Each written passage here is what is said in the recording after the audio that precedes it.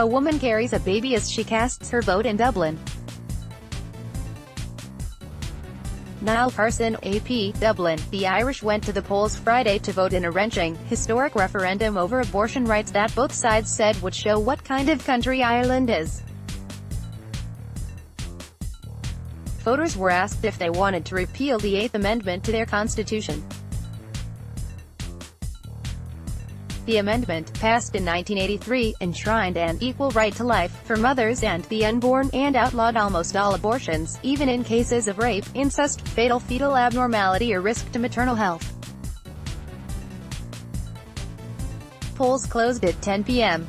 The official count of the vote will not begin until Saturday morning, with final results expected Saturday afternoon or evening. Reports from polling stations around the country indicated high turnout.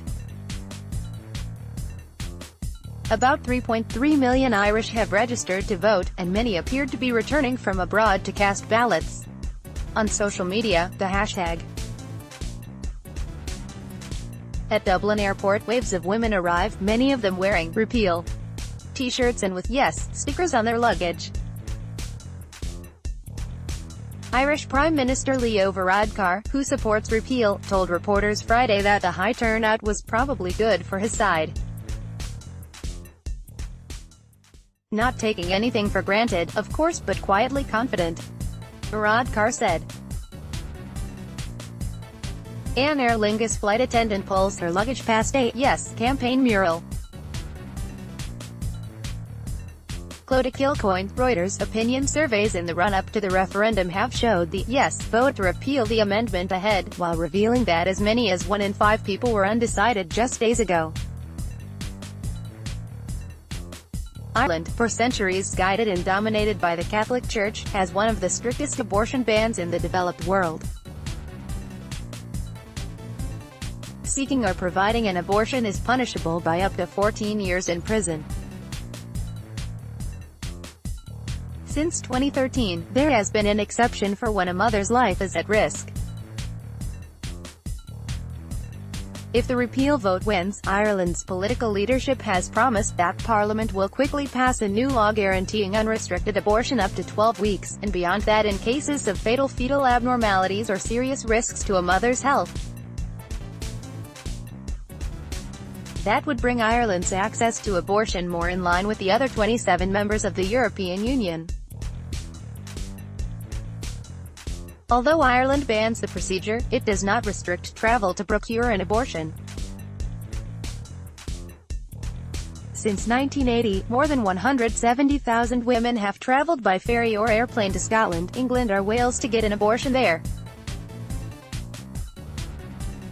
Anti-abortion activists campaign as voters head to polling stations Friday. Jeff J. Mitchell, Getty Images. Researchers estimate that about 3,500 make the trip each year, and that another 2,000 end their pregnancies with pills they buy over the internet and smuggle into Ireland. Campaigns to lift the abortion ban have emphasized that it is a woman's right to decide what to do with her body, and that Ireland should be a compassionate society, not one that forces pregnant women to travel to another country to receive a procedure that should be available at home.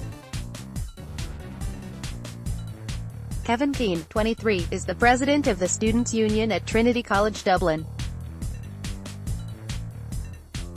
He's been campaigning hard for repeal, a position he says reflects a dynamic, young, European outlook and a turning away from the scandal-ridden Catholic Church. So many people in Ireland have rejected religion. We were raised with it, we went to Catholic schools, and growing up with that rhetoric made people hate it, Keane said. 3 years ago, Ireland became the first country in the world to back same-sex marriage in a popular vote, confirming a profound shift in Ireland's social attitudes. Keane, who is studying law, had one worry, that men who supported abortion rights would stay home. They'll say, I don't think I should vote on this. I think this is something the women should decide. The No campaign stressed the human rights for the fetus. Some Irish activists have called abortion murder, but many campaigners have tried a softer tone, saying Ireland should love both the pregnant woman and her unborn baby. Ireland has treated its daughters terribly, said Mary Lou Doherty, 66, a teacher who has been an active anti-abortion activist since the 1983 campaign. Where are the fathers and family to help a young mother cope with a crisis pregnancy, she asked. We know the majority of abortions are about their lifestyle, Doherty said. It just doesn't suit them to have a baby at this time. Doherty maintained that making abortion more difficult to obtain forced women to think more about their decisions and perhaps to seek help or put a baby up for adoption.